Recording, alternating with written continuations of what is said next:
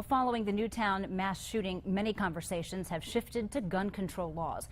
News Channel 15's Aaron Rogers talked to a couple of people at the heart of both sides of the issue.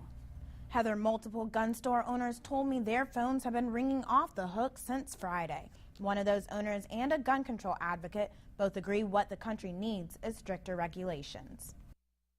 If you're able to put a magazine into a gun that shoots 31 bullets and you can get those off in 15 seconds, that's only made to kill people quickly. That's not for hunting. That's not for self-defense. Many say it seems to have taken the death of 20 children to prompt lawmakers to want to make some changes. I think the main lesson hopefully we can learn from this latest horrific tragedy is that doing nothing isn't working. When I sat down to talk to the former president of the Brady campaign to prevent gun violence, he told me the change will only come with a conversation from both sides of the table. There is an individual right to have a gun under the Second Amendment. People might disagree with that, but that matter is settled now. Now it's an issue of gun responsibilities and being aware of gun risks. Gun shop owners agree responsibility is the biggest part of owning a gun and don't think lawmakers should jump to getting rid of them altogether. My thought was right away that they were going to go towards the ban route.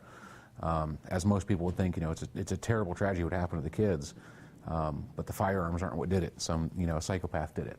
And while people around the country ask themselves who could do such a thing, gun shop owners say their sales have skyrocketed. Today we've been extremely busy. We've actually been running out of inventory. Workers at this gun store told me demand has been so high that this wall was completely full just this morning.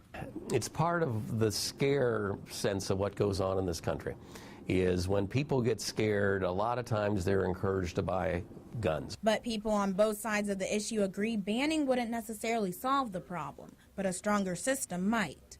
We need a strong background check system. I would like to see the existing laws to be enforced better than what they are. I'd like to see people who have been arrested several times for firearms-related crimes to stay in jail rather than be right back out committing firearms-related crimes again. And staff at the gun shop told me they're so busy they're even selling out of guns that they haven't even received in store yet. Heather. Thank you.